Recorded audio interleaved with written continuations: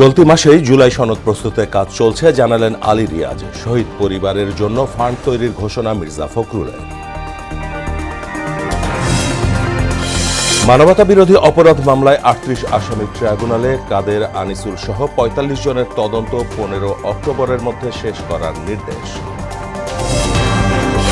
Curfew প্রত্যাহারের পর গোপালগঞ্জে রাত ৮টা পর্যন্ত ১৪৪ ধারা জারি। ধীরে ধীরে স্বাভাবিক হচ্ছে জনজীবন। এবং দূষক গুলির যন্ত্রণা নিয়ে কাতরাচ্ছে মাদারীপুরের কলেজ ছাত্র শুভ। পুলিশ হত্যা মামলায় অন্তর্বর্তী প্রতিবেদনে কিশোর ফাইয়াজকে অব্যাহতি।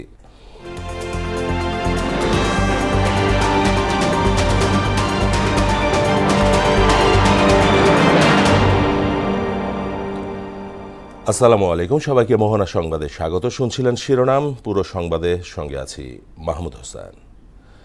চলতি মাসের মধ্যে জুলাই সনদ চূড়ান্ত করার আশা পুনর্ব্যক্ত করেছেন ঐক্যমত্য কমিশনের সহ সভাপতি অধ্যাপক আলী রিয়াজ। রাজধানীর ফরেন সার্ভিস একাডেমিতে রাজনৈতিক দলগুলোর সাথে দ্বিতীয় দফায় পঞ্চদশ বৈঠকের সূচনা বক্তব্যে তিনি এ আশা জানান। আলী রিয়াজ আরও জানান, দ্বিকক্ষ বিশিষ্ট সংসদের বিষয়ে চূড়ান্ত সিদ্ধান্ত নেয়ার আগে কমিশন আরও কয়েকদিন নিজেদের মধ্যে আলোচনা করবে। এরপরই এ বিষয়ে সিদ্ধান্ত জানানো হবে। আজকের বৈঠকে তত্ত্বাবধায়ক সরকার ও প্রধানমন্ত্রীর একাধিক দায়িত্ব পালনের বিষয়ে আলোচনা হওয়ার কথা রয়েছে। সমন্বিত প্রস্তাব আপনাদের সামনে উপস্থাপন করেছে, যেটা আসলে প্রকৃতপক্ষে আপনাদের দলগুলির পক্ষ থেকে দেওয়া প্রস্তাব এবং গত কয়েকদিনের আলোচনার সারাংশের উপর ভিত্তি করে প্রত্যেকটি বিভিন্নভাবে পর্যালোচনা করে গুরুত্বের সাথে পর্যালোচনা করেই আমরা এই দিকে এসেছি। ফরেন সার্ভিস একাডেমিতে আছেন সহকর্মী মাহবুব হাসান রিপন, আমাদের সঙ্গে সরাসরি যুক্ত হচ্ছেন তিনি। রিপন, আজ বৈঠকে কারা আছেন আর আমাদের বিস্তারিত জানাবেন?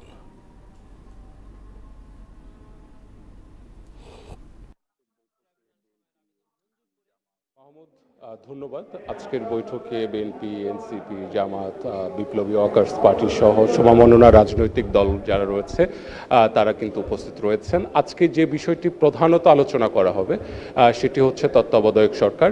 এর আগে তত্ত্বাবধায়ক সরকার নিয়ে একাধিক আলোচনা হয়েছে। তত্ত্বাবধায়ক সরকার থাকা উচিত, এই নিয়ে রাজনৈতিক দলগুলোর মধ্যে কোনো মতভেদ নেই। সমস্যাটি হচ্ছে তত্ত্বাবধায়ক সরকার নির্বাচন প্রক্রিয়াটি কি হবে, এই নিয়ে কিন্তু যে কাজগুলো এর আগে হয়েছে সেটা হচ্ছে যে রাজনৈতিক দলগুলো একাধিক মতামত দিয়েছে।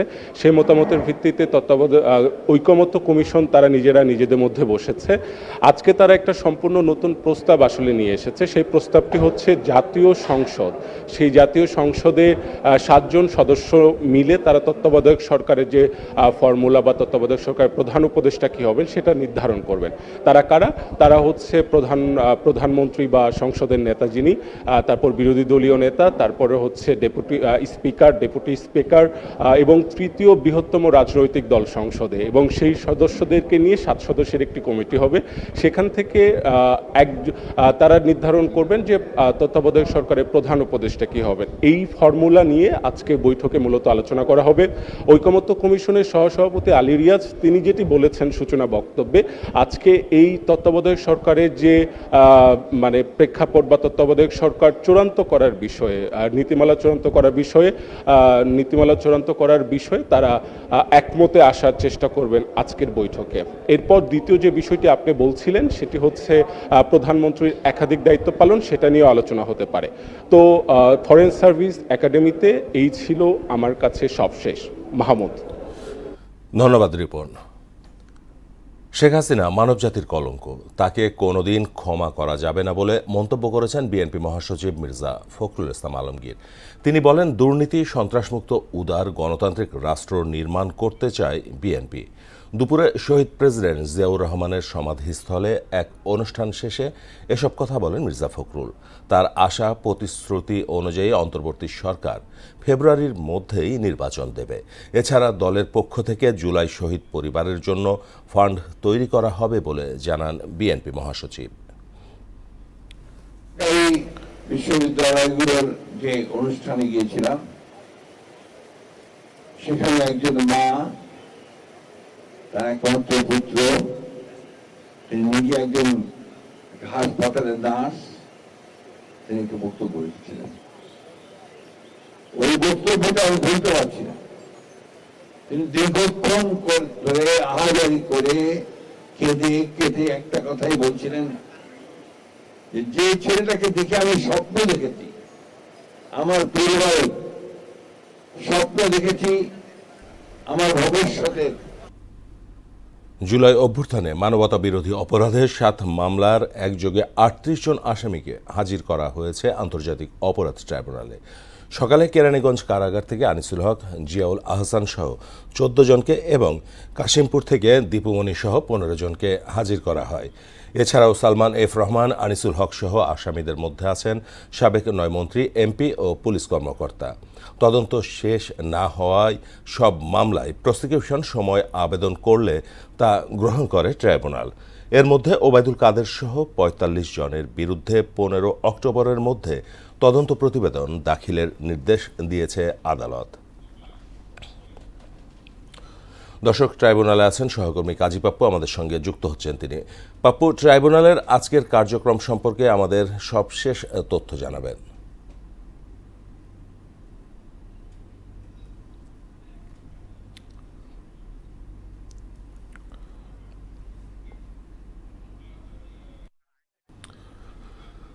দর্শক, দুঃখিত সংযোগটি বিচ্ছিন্ন হওয়ায় আমরা চলে যাচ্ছি পরবর্তী প্রসঙ্গে। গোপালগঞ্জে এনসিপির সমাবেশকে ঘিরে সহিংসতা ও প্রাণহানির পরে জারি হওয়া কারফিউ প্রত্যাহার হয়েছে। ভোর 6টা থেকে কারফিউ প্রত্যাহার করে জারি করা হয়েছে 144 ধারা, যা বহাল থাকবে রাত 8টা পর্যন্ত। তবে শিক্ষা প্রতিষ্ঠান এবং পাবলিক পরীক্ষাসমূহ এর আওতা মুক্ত থাকবে। শনিবার বিকেলে জেলা ম্যাজিস্ট্রেটের দেয়া এক বিজ্ঞপ্তিতে এ তথ্য জানানো হয়। সহিংসতার ঘটনায় গত বুধবার রাত 8টা থেকে গোপালগঞ্জে কারফিউ জারি করা হয়। এদিকে জেলা জুড়ে এখনও জনমনে বিরাজ করছে আতঙ্ক, তবে ধীরে ধীরে স্বাভাবিক হয়ে আসছে জনজীবন। চলাফেরায় কষ্ট, দোকানে কেনা বেচা না থাকলে আমাদের ছেলে মেয়ে নিয়ে বাঁচাই কষ্ট। আমাদের ব্যবসা মারাত্মক ক্ষতি হয়ে যাচ্ছে, আর এতে লোকজনের একটা আতঙ্ক সৃষ্টি হয়েছে। পরীক্ষার্থে আমাদের 144 ধারা জারি থাকলেও আমাদের সাধারণ স্টুডেন্টের জন্য আজকের দিনটা শীতল রয়েছে। সাধারণ শ্রমিক আমরা মনে করেন কষ্টের খাই, এমনি মনে করেন বন্ধ থাকলে কি অবস্থা হবে কোন। দর্শক, গোপালগঞ্জ থেকে আমাদের সঙ্গে যুক্ত হচ্ছেন সহকর্মী মাসুদ পারভেজ। মাসুদ, গোপালগঞ্জে 144 ধারা জারির পর জনজীবন কি স্বাভাবিক হয়েছে জানাবেন?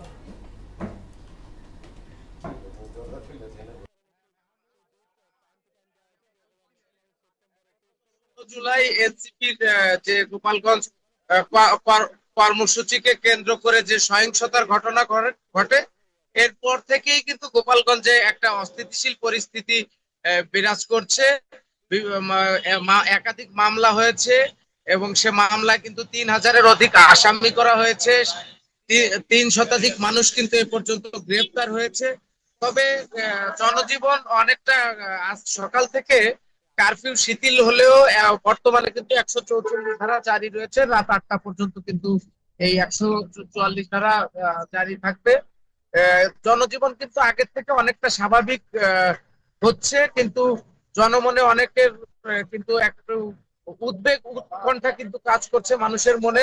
যেমন বিভিন্ন এলাকায় যে মামলার কারণে যে ধরপাকড় বা যে গ্রেপ্তার আতঙ্কটা, এটা কিন্তু বিভিন্ন এলাকায় রয়ে গেছে।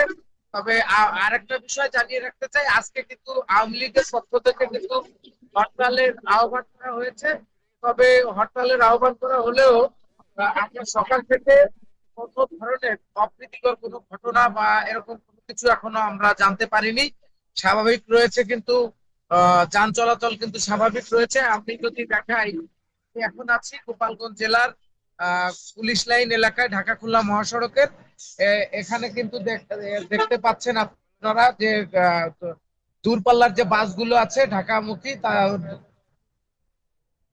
দূরপাল্লার যে বাসগুলি আছে এই বাসগুলি কিন্তু ছেড়ে যাচ্ছে। এছাড়াও কিন্তু অভ্যন্তরীণ যে রুটগুলি আছে, অভ্যন্তরীণ রুটেও কিন্তু যান চলাচল স্বাভাবিক রয়েছে। এছাড়াও শহরের বিভিন্ন পয়েন্টে কিন্তু চেকপোস্ট বসানো হয়েছে। আপনারা দেখতে পাচ্ছেন আমার পিছনে কিন্তু একটি পুলিশের চেকপোস্ট রয়েছে।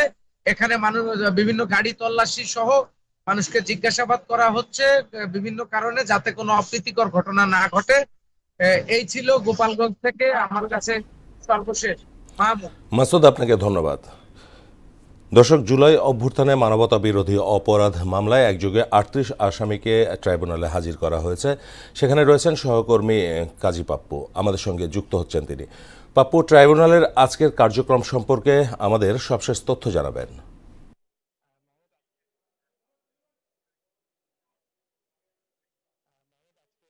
দিনের শুরুটাই হয় হাসানুল হক ইনু, তার আইনজীবী যিনি রয়েছেন আবুল হাসান, তিনি একটা আপিল করেন যেখানে বলা হয় যে হাসানুল হক ইনু কিছু বলতে চান, এবং তিনি তখন চেয়ারম্যান গাজী গোলাম মুর্তজা মজুমদারকে জানান যে ডিবি পরিচয় দিয়ে কারাগারে তার কণ্ঠস্বরটি রেকর্ড করা হয়েছে, যে এটার জন্য তাকে যে অনুমতি ছিল সেই অনুমতি কোনো পত্র দেখানো হয় না, এবং তার লয়ার বিষয়টি জানতো না।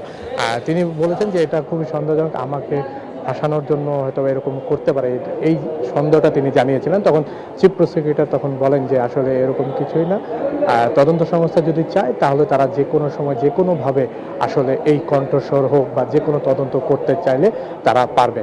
এবং এর পরবর্তীতেই তাদের যে ৪৫ জন আসামি আসলে একটি মামলায় রয়েছেন, যেখানে মূল আসামি ওবায়দুল কাদের সহ মোট ৪৫ জন। শেখ হাসিনা এই ট্রাইব্যুনাল দুটি মামলা প্রথমে হয়েছিল, একটি শেখ হাসিনাকে স্পেসিফিক আলাদা করে এবং আরেকটিতে ওবায়দুল কাদের সহ প্রায় ৪৫ জনকে। সেই ৪৫ জনের ১৭ জনকে আজকে ট্রাইব্যুনাল হাজির করার কথা থাকলেও ১৬ জনকে আনা হয়। সেখানে একজন অনুপস্থিত ছিলেন, তিনি হলেন এস.এম. শাহজাহান, সাবেক মন্ত্রী। তিনি আজকে উপস্থিত ছিলেন না, তিনি অসুস্থতার কারণে হাসপাতালে ভর্তি রয়েছে। এই মামলার যে তদন্ত সেটা আসলে প্রায় শেষের দিকে জানিয়েছিলেন চিফ প্রসিকিউটর। তখন বিচারপতিরা জানতে চেয়েছেন যে শেষ হলে কেন ৩ মাস সময় যাবে।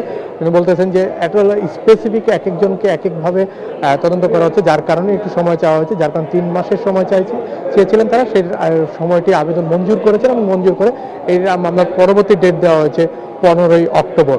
এছাড়া কক্সবাজারের সাবেক এমপি বদি সাহেবকে একরাম হত্যা মামলায় ট্রাইব্যুনালে হাজির করা হয়েছে এবং তার বিরুদ্ধে তদন্ত কর্মকর্তারা তদন্ত করতে চেয়েছেন এবং তাকে জিজ্ঞাসাবাদের অনুমতি চেয়েছিলেন, সেই অনুমতিটি দেওয়া হয়েছিল।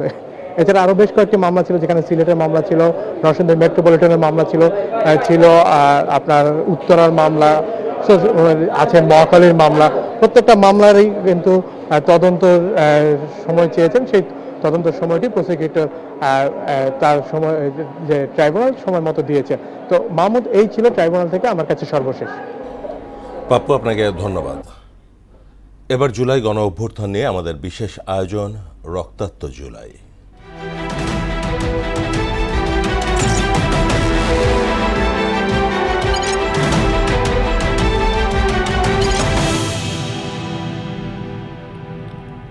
মাথাসহ সারা শরীরে প্রায় ২০০ গুলি সঙ্গী করে অসহ্য যন্ত্রণায় বেঁচে আছেন জুলাই আন্দোলনের সৈনিক মাদারীপুরের কলেজ ছাত্র শুভ।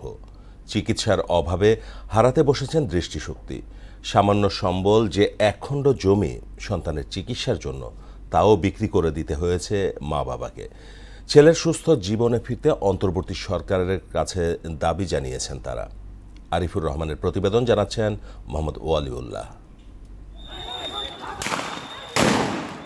গত বছরের ১৮ জুলাই শহরের শকুনি লেকপাড়ে সহপাঠীদের সঙ্গে আন্দোলনে যোগ দেন মাদারীপুর সরকারি কলেজের একাদশ শ্রেণীর ছাত্র শুভ ব্যাপারী। মিছিলটি পুলিশ সুপার কার্যালয়ের সামনে এলে আইনশৃঙ্খলা বাহিনী এবং ছাত্রলীগ ও যুবলীগ নেতাকর্মীরা নির্বিচারে গুলি ছুড়তে থাকে। এতে বেশ কয়েকজন আহত হন। বুলেটের আঘাতে তখন শুভর কোনো জ্ঞান ছিল না।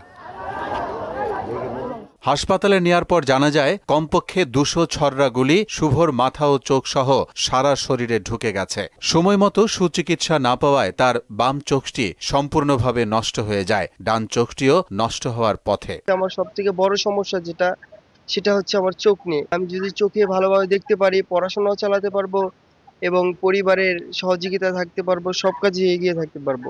আগামী প্রজন্মে আমার যাতে করে দৃষ্টিশক্তি নিয়ে আমি চলতে পারি, এটাই হচ্ছে আমার মূল চাওয়া। ব্যয়বহুল চিকিৎসার খরচ চালাতে শেষ সম্বল জমিটুকুও বিক্রি করে দিয়ে নিঃস্ব প্রায় পরিবার। টাকার অভাবে এখন থমকে আছে চিকিৎসা। সন্তান যেন আবারও বইয়ের পাতায় চোখ রাখতে পারে, সেটাই এখন একমাত্র চাওয়া মা বাবার। ছেলেপেলেগুলা যে অন্ধ হয়ে রয়েছে, হাত গেছে, পাও গেছে, এই ধরনের রুগী সব চোখ উড়ে এলাইতেছে।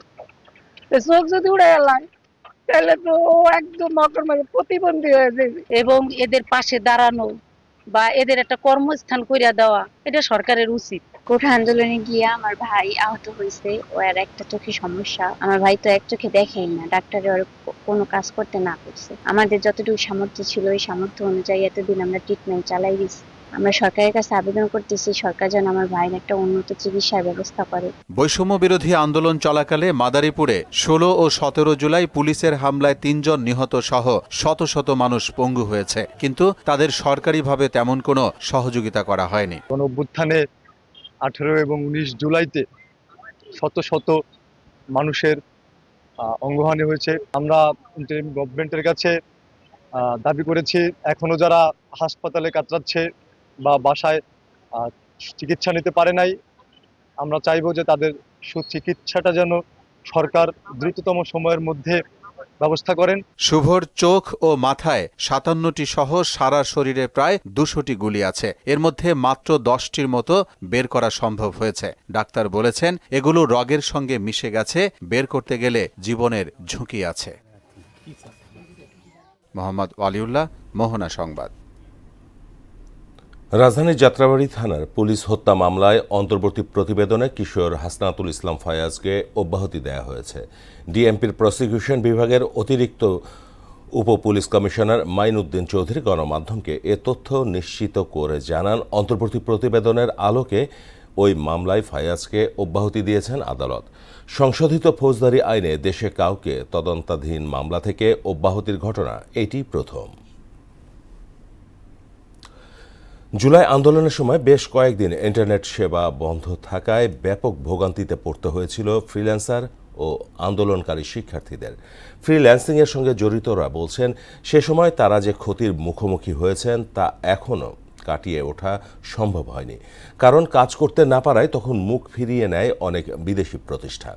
জুলাই আন্দোলনে ইন্টারনেট বন্ধ নিয়ে সুরাইয়া মুন্নির 2 পর্বের ধারাবাহিক প্রতিবেদনের দ্বিতীয় কিস্তি আজ। কোটা সংস্কার আন্দোলন যখন তুঙ্গে, তখন গত বছরের 17 জুলাই দিবাগত রাত 1টায় বাংলাদেশে মোবাইল ইন্টারনেট এবং 18 জুলাই ব্রডব্যান্ড ইন্টারনেট সেবা বন্ধ করে দেয় তদানীন্তন সরকার। টানা 5 দিন বন্ধ থাকার পর ব্রডব্যান্ড ও 10 দিন পর মোবাইল ইন্টারনেট ফিরলেও ফেসবুক, টিকটক সহ বিভিন্ন সামাজিক যোগাযোগ মাধ্যম বন্ধ থাকে 31 জুলাই পর্যন্ত। 1 বছর পেরিয়ে গেছে।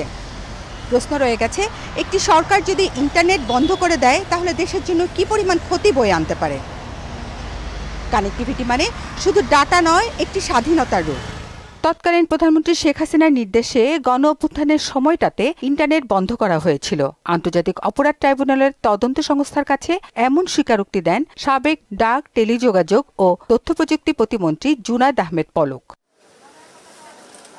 গণ অভ্যুত্থানের সময় ইন্টারনেট বন্ধ করে দেওয়ার কর্মসূচি ঘোষণা সহ নানা বিষয়ে প্রতিবন্ধকতার মুখোমুখি হতে হয় আন্দোলনরত শিক্ষার্থীদের। ওই সময়টায় যদি এটা হইতো, আমরা আরো অর্গানাইজড হতে কাজ করতে পারতাম, আমাদের কমিউনিকেশনটা আরো বেটার হতে পারতো। আমাদের যে ফ্রেন্ডরা আন্দোলনে গিয়েছিল বা তাদের যে আপডেটটা, সেটা কিন্তু আমরা জানতে পারিনি। 20 কোটি মানুষকে একটা ঘরের ভিতরে বন্দী করে ফেলানোর জন্য তারা ইন্টারনেটটা শাটডাউন করে দেয়। শুধু শিক্ষার্থী নয়, ভোগান্তির কমতি ছিল না সাধারণ মানুষেরও। ইউটিলিটি বিল জমা দিতে গিয়ে পড়তে হয়েছিল চরম বিড়ম্বনায়। লাস্ট বিলের তারিখ আজকে মনে করেন 10 তারিখ বা অথবা 5 তারিখ, আমি বিল দিতে পারতেছি না এটার কারণে। সে সময় অপরিণীয় ক্ষতির শিকার হন ফ্রিল্যান্সাররা। তারা বলছেন ইন্টারনেট বন্ধ থাকায় সময়মতো বিদেশি প্রতিষ্ঠানের কাজ শেষ করতে পারেননি। এ কারণে অনেক প্রতিষ্ঠান মুখ ফিরিয়ে নেয়। 24 জুলাইতে যে ইন্টারনেট বন্ধ করে দেওয়া এবং তারপরে আরও 10-15 দিন সেটাকে ইচ্ছাকৃতভাবে স্লো রাখা, আমরা যে কাজগুলো হারিয়েছি এবং অনাস্থা যেটা সৃষ্টি হয়েছে, সেই অনাস্থাটা আমরা কাটিয়ে ওঠার চেষ্টা করছি। 10-11 দিনে এই ক্ষতির পরিমাণটা কিন্তু যদি প্রতিদিনে আমরা হিসাব করি, প্রায় 1700 মিলিয়নের মতো আমাদের ক্ষতি হয়েছে। সে সময়ের ক্ষতি এখনো কাটিয়ে ওঠা সম্ভব হয়নি। সংশ্লিষ্টরা বলছেন আইটি সেক্টরে অবকাঠামোগত উন্নয়নের পাশাপাশি সেবাদাতা প্রতিষ্ঠানগুলোকে আরো সক্রিয় হয়ে কাজ করতে হবে। আর্থিক ক্ষতিটা যদি আমরা বলে থাকি, আমাদের এখানে ব্যক্তিগত পর্যায়ে যারা ফ্রিল্যান্সিং করে তাদের কিন্তু প্রতিদিনের আয় $300 থেকে শুরু করে $1000 পর্যন্ত প্রতিদিন তারা আয় করে। তো সেই হিসাবে এখানেও একটা বড় পরিমাণের ক্ষতির পরিমাণ আমাদের হয়েছে। আমরা কিন্তু ইন্টারন্যাশনাল স্ট্যান্ডার্ডের কাজ ডেলিভারি দিতে পারি। সো আমরা যদি এরকম কয়েকটা আবার কিছু কাজ, ভালো কাজ করে দেখাতে পারি, আমার দৃঢ় বিশ্বাস যে বিদেশিদের আস্থা আমাদের প্রতি আবার ফিরে আসবে।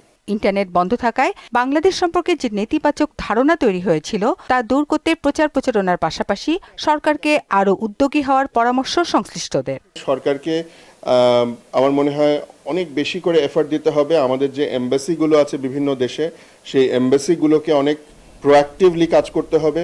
সুরাইয়া মুন্নি, মোহনা সংবাদ, ঢাকা। এবার আন্তর্জাতিক। ইসরায়েলি প্রাণঘাতী হামলায় একদিনের শতাধিক ফিলিস্তিনি নিহত হয়েছে। এর মধ্যে ত্রাণ সংগ্রহের সময় গুলিবিদ্ধ হয়ে প্রাণ গেছে ৩৮ জনের। এছাড়া ১৭,০০০-এরও বেশি শিশু চরম অপুষ্টিতে ভুগছে বলে জানিয়েছে গাজার স্বাস্থ্য মন্ত্রণালয়। এদিকে সিরিয়ার সুয়েদা প্রদেশে সাম্প্রদায়িক সংঘাতে প্রাণহানি বেড়ে ৯৪০ জনে পৌঁছেছে। অন্যদিকে যুদ্ধ বন্ধে রাশিয়াকে নতুন করে শান্তি আলোচনায় বসার প্রস্তাব দিয়েছে ইউক্রেন। বিস্তারিত কাজী শাহরিনের ডেস্ক রিপোর্টে। মানবিক সহায়তার আশায় শনিবারও লাইন ধরেছিল ক্ষুধার্ত গাজাবাসী, কিন্তু সেখানে আবারও ঝরেছে রক্ত। যুক্তরাষ্ট্র ও ইসরায়েল সমর্থিত গাজা হিউম্যানিটেরিয়ান ফাউন্ডেশনের মাধ্যমে চলছে খাদ্য সরবরাহ। এদিন বিতরণ শুরুর আগেই আশেপাশে অবস্থান নেয়া ইসরায়েলি সেনারা গাজাবাসীকে লক্ষ্য করে গুলি চালায়। এতে প্রাণ যায় ৩৮ জনের। ইসরায়েলি বর্বরতা এমন পর্যায়ে পৌঁছেছে যাতে ক্ষুধার্ত ফিলিস্তিনিদেরও গুলি করে হত্যা করতে হাত কাঁপছে না তাদের। গাজা জুড়ে হামলা চালিয়ে একদিনে সব মিলিয়ে ১১৬ জনকে হত্যা করে নেতানিয়াহু সেনারা। গাজার স্বাস্থ্য মন্ত্রণালয় বলছে অপুষ্টিতে ভোগা মানুষের ভিড় সামাল দেয়া কঠিন হয়ে পড়ছে। বর্তমানে ১৭,০০০-এরও বেশি শিশু চরম অপুষ্টিতে ভুগছে। এদিকে সিরিয়ার দক্ষিণাঞ্চলীয় সুয়েদা প্রদেশে দ্রুজ ও সুন্নি বেদুইনদের মাঝে সাম্প্রদায়িক দাঙ্গায় প্রাণহানি বেড়ে ৯৪০ জনে পৌঁছেছে। শনিবার সিরিয়ান অবজারভেটরি ফর হিউম্যান রাইটসের তথ্য জানিয়েছে। এর মধ্যে ৩২৬ জন দ্রুজ যোদ্ধা, ২৬২ জন দ্রুজ বেসামরিক নাগরিক, ৩১২ নিরাপত্তা বাহিনীর সদস্য, ২১ সুন্নি বেদুইন ও সেনাবাহিনীর ১৫ সদস্য নিহত হয়েছে। সাম্প্রদায়িক সংঘাতের অবসানে সুয়েদার যুদ্ধবিরতির ঘোষণা দিয়েছে সিরিয়ার সরকার। তবে সংবাদ মাধ্যম দ্য গার্ডিয়ানের তথ্যমতে বেদুইন ও দ্রুজ যোদ্ধাদের মধ্যে সংঘর্ষ অব্যাহত রয়েছে। অন্যদিকে রাশিয়া ইউক্রেনের মধ্যে এখনও চলছে পাল্টা হামলা। যুদ্ধ বন্ধে রাশিয়াকে নতুন শান্তি আলোচনায় বসার প্রস্তাব দিয়েছে ইউক্রেন। এক ভিডিও বার্তায় প্রেসিডেন্ট জেলেনস্কি এ কথা বলেন। এছাড়া রুশ প্রেসিডেন্ট ভ্লাদিমির পুতিনের সঙ্গে সরাসরি বৈঠকেরও আগ্রহ প্রকাশ করেন তিনি। কাজী শাহরিন, মোহনা সংবাদ। এবারে খেলার খবর। আজ শুরু হচ্ছে বাংলাদেশ ও পাকিস্তানের মধ্যকার ৩ ম্যাচের টি-20 সিরিজ। মিরপুরে হোম অব ক্রিকেটে সন্ধ্যা ৬টায় প্রথম ম্যাচে মাঠে নামবে দুদল। চলতি বছরে দুদল এ নিয়ে দুবার টি-20 ফরম্যাটে মুখোমুখি হচ্ছে। প্রথমবার পাকিস্তান সফরে যে হোয়াইট ওয়াশ হয় বাংলাদেশ। তবে সবশেষ শ্রীলঙ্কার মাটিতে টি-20 সিরিজ জয়ে এবার আত্মবিশ্বাসী লিটন বাহিনী। লঙ্কানদের বিপক্ষের সেই স্কোয়াড রাখা হয়েছে পাকিস্তানের বিপক্ষেও। যদিও বাংলাদেশ সফরে আসা এবারের পাকিস্তানের স্কোয়াডে ৯ জনই গতবারের বিপিএল খেলেছে, ফলে মিরপুরের উইকেট সম্পর্কে ভালো অভিজ্ঞতা রয়েছে তাদের। এই ছিল মোহনা সংবাদে। পরবর্তী সংবাদ বিকেল ৫:৩০। এর আগে বিকেল ৩টায় দেখবেন সংবাদ এক নজরে। মোহনার সবশেষ খবর জানতে ভিজিট করুন www.mohana.tv। সংবাদ দেখতে পারেন ফেসবুক ও ইউটিউবে। এতক্ষণ সঙ্গে থাকার জন্য সবাইকে ধন্যবাদ।